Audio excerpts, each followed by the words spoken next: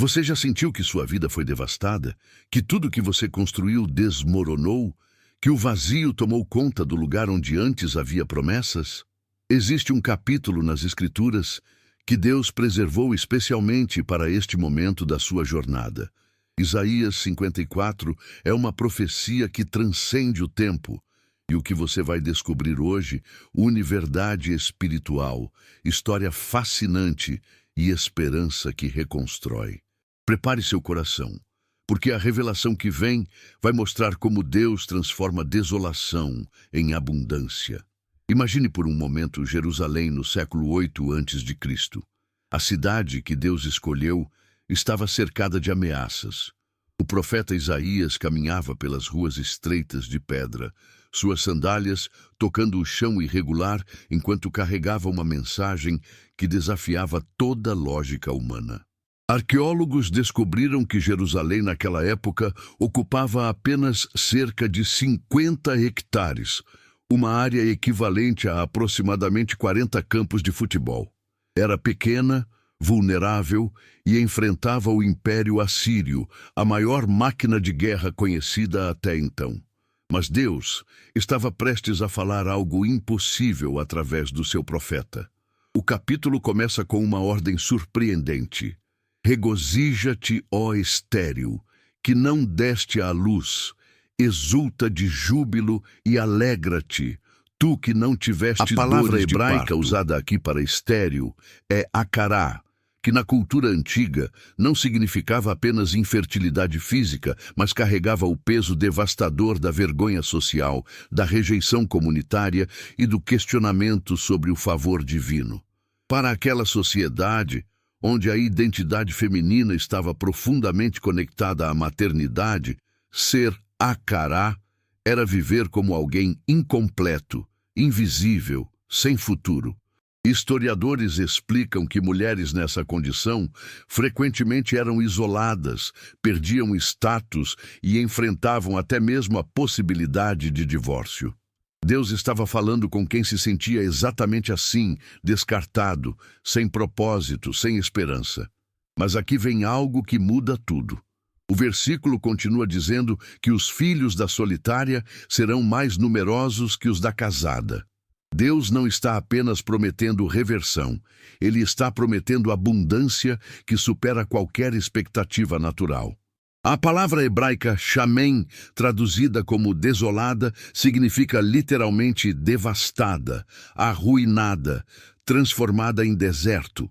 Antropólogos culturais revelam que esta palavra era usada para descrever cidades destruídas pela guerra, campos queimados, lugares onde a vida cessou. E é exatamente para este lugar de devastação total que Deus direciona sua promessa mais impossível. O versículo 2 traz uma ordem específica. Amplia o espaço da tua tenda, estenda-se o toldo da tua habitação e não o impeças. Alonga as tuas cordas e firma bem as tuas estacas. Para entendermos a profundidade disso, precisamos conhecer como as pessoas viviam naquela época. As tendas beduínas no Oriente Próximo eram estruturas de aproximadamente 3 metros por 4 metros, feitas de pelo de cabra tecido, sustentadas por cordas de fibras naturais e estacas de madeira. Engenheiros que estudam arquitetura antiga explicam que expandir uma tenda exigia planejamento cuidadoso. Você não podia simplesmente esticar o material sob risco de rasgar tudo. Era necessário adicionar novos painéis, reforçar estruturas, criar bases mais sólidas. Deus estava dizendo, prepare-se para crescimento tão grande que sua estrutura atual não vai comportar. Mas há algo fascinante aqui que arqueólogos descobriram recentemente. Escavações em sítios do período revelaram que as estacas de tenda eram frequentemente feitas de madeira de acácia ou cedro, materiais duráveis que podiam ser reutilizados por gerações. As cordas eram feitas de pelo de camelo ou fibras de linho, trançadas com técnicas específicas que garantiam resistência.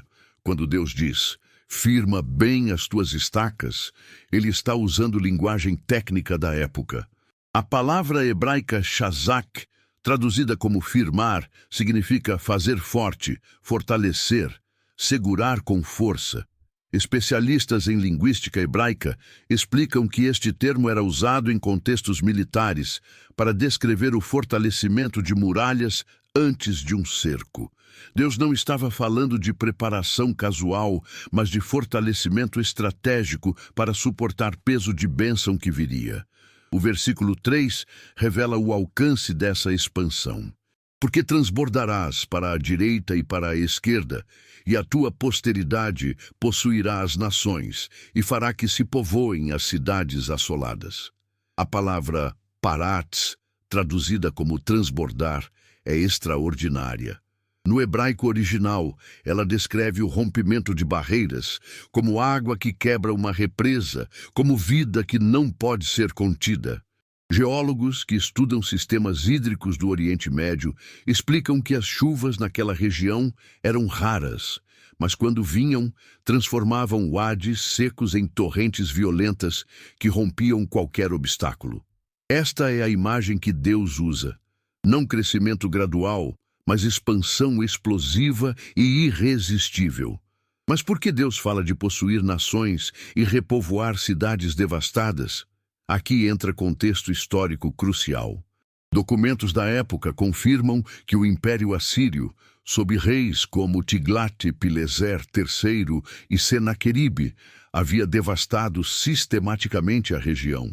Arqueólogos encontraram evidências de destruição em camadas de cinza e ruínas queimadas em mais de 30 cidades ao redor de Jerusalém.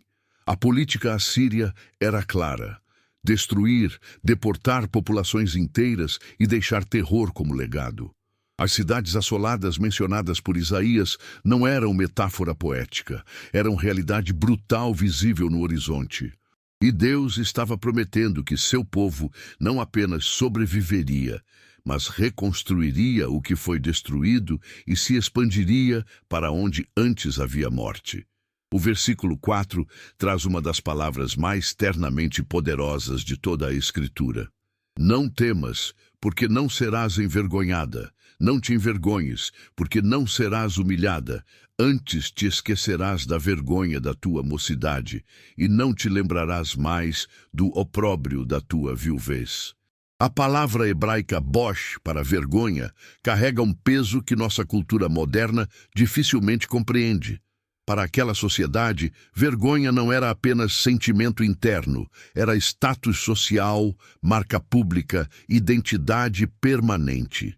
Antropólogos explicam que culturas de honra e vergonha, como a do antigo Israel, funcionavam com códigos rígidos, onde a reputação era literalmente questão de sobrevivência. Perder honra significava perder lugar na comunidade, proteção, futuro. Mas aqui está o que mais impressiona. Deus não diz que você vai aprender a conviver com a vergonha ou que ela vai diminuir com o tempo.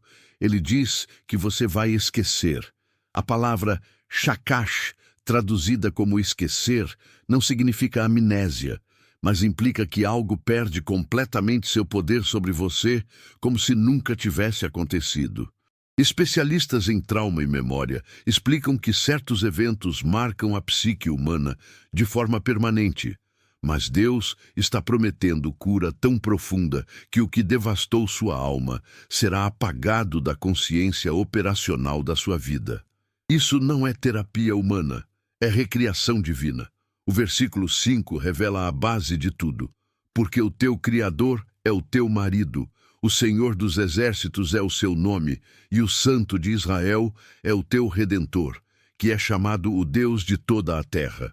Aqui temos 4 títulos divinos em sequência, e cada um tem significado profundo. Criador, em hebraico, é Boré, particípio ativo que indica criação contínua, não apenas passado. Deus não apenas criou você uma vez, Ele continua criando, recriando, formando. Marido é Baal, termo que significa Senhor, protetor, provedor, aquele que cobre e sustenta. Na estrutura social da época, o marido era responsável legal, econômico e espiritual pela família. Deus está dizendo: eu assumo essa responsabilidade total sobre você. Senhor dos Exércitos é Yahweh Tsevaot, título militar que aparece mais de 250 vezes no Antigo Testamento. Historiadores militares explicam que exércitos da época eram medidos em dezenas de milhares. O Império Assírio marchava com forças de aproximadamente 100.000 soldados. Quando a Bíblia fala de Senhor dos Exércitos, refere-se a comandante de hostes celestiais incontáveis, poder que faz exércitos humanos parecerem brinquedos, e este é o Deus que chama você de sua. O versículo 6 continua com ternura impressionante. Porque como a mulher desamparada e triste de espírito te chamou o Senhor, como a mulher da mocidade que foi repudiada, diz o teu Deus. A palavra Azav, traduzida como desamparada, significa literalmente deixada para trás, abandonada, solitária.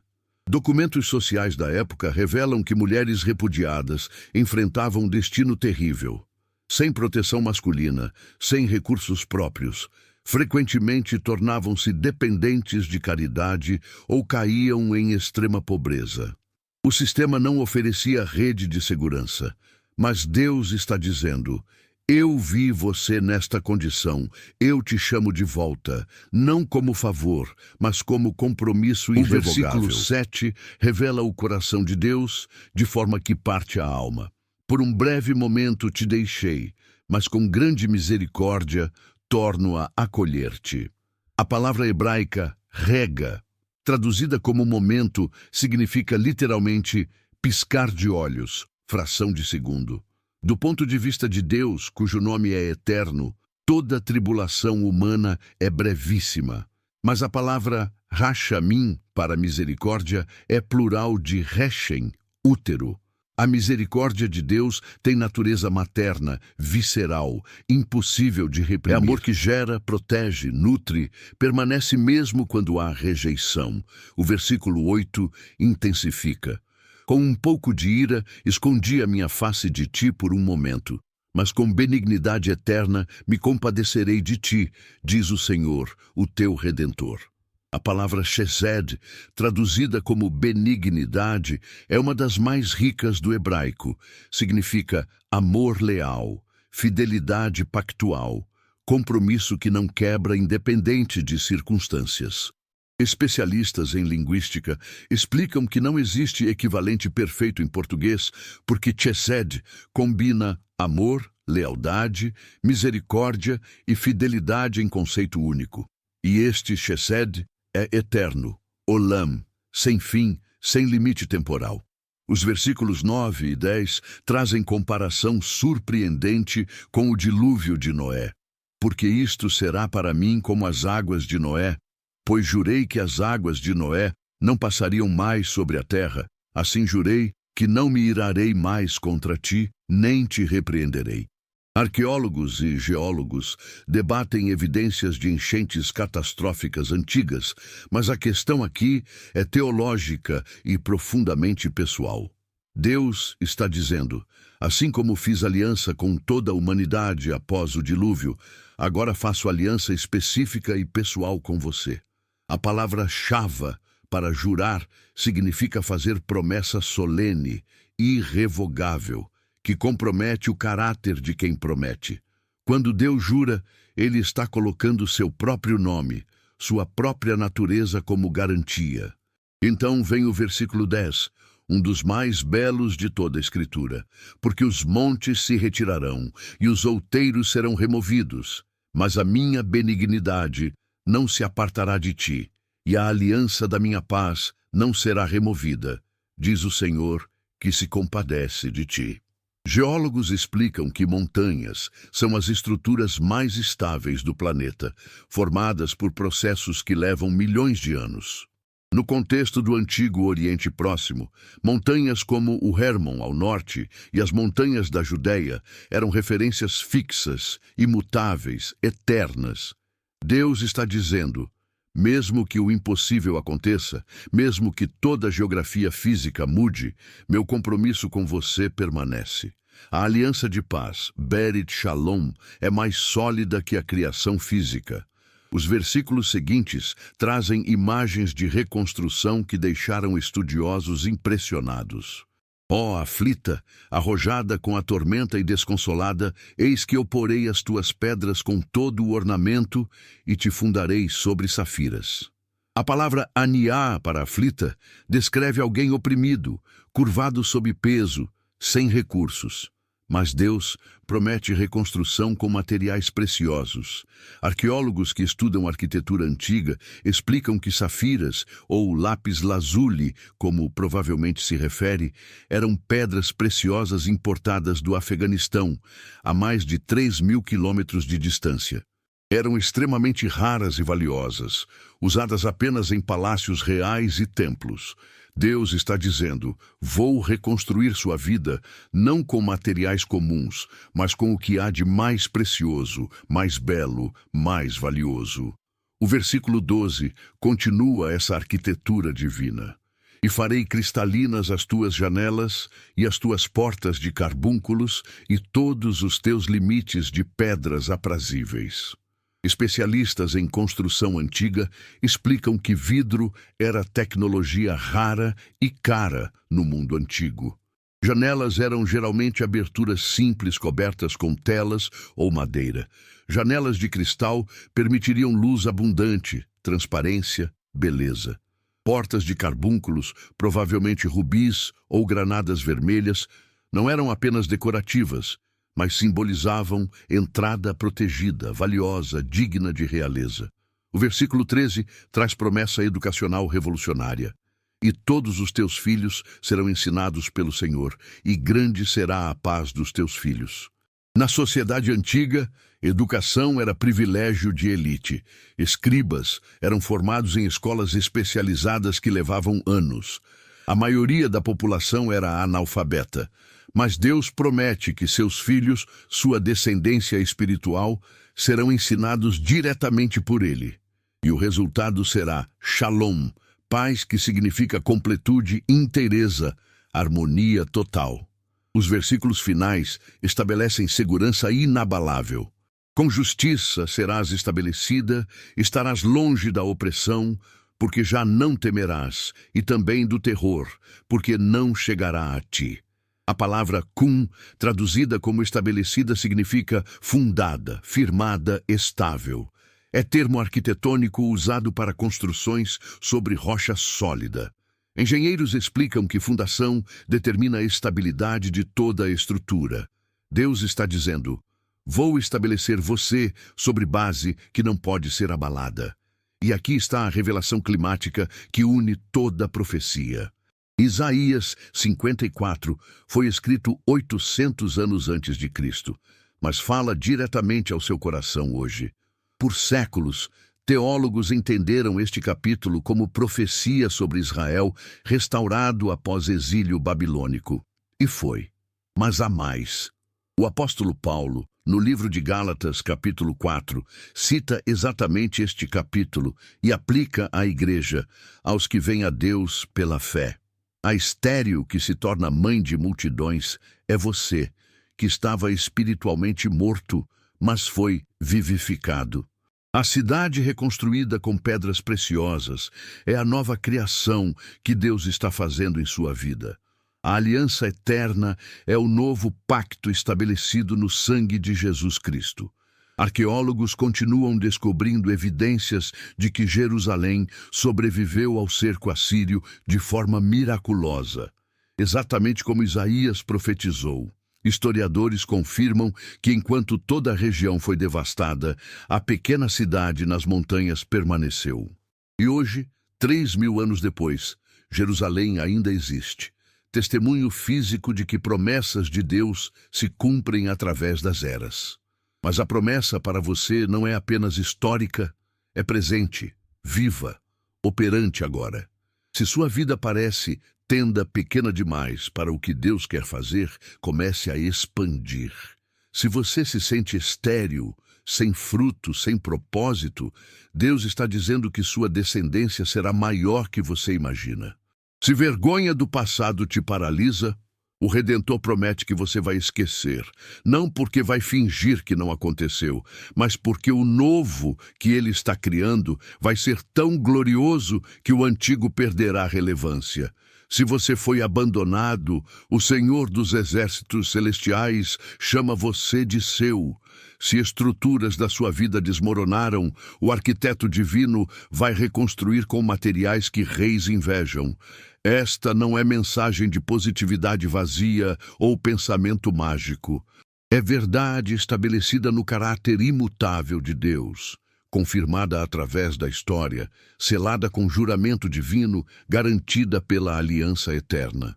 Isaías 54 é convite para você crer no impossível, não porque você é forte, mas porque aquele que prometeu é fiel.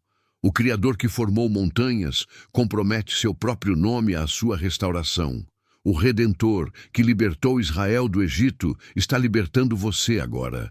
O Senhor dos Exércitos que derrotou assírios, babilônios e a própria morte está lutando por você. E assim, em nome de Jesus Cristo, o cumprimento de todas as promessas de Deus, eu declaro sobre sua vida a paz que excede entendimento. Que o Deus de Isaías, o Deus de toda consolação, o Pai de misericórdias, reconstrua o que foi destruído, multiplique o que parecia estéril e estabeleça você sobre fundamento que nada pode abalar. Que o amor eterno do Pai, a graça redentora do Filho e a presença confortadora do Espírito Santo habitem em você, expandam sua tenda, firmem suas estacas e encham sua vida de glória tão abundante que transborde para todos ao redor. Não pela força do homem, nem pelo poder humano, mas pelo Espírito do Senhor, para a honra e glória de Deus Pai, hoje e para sempre. Amém.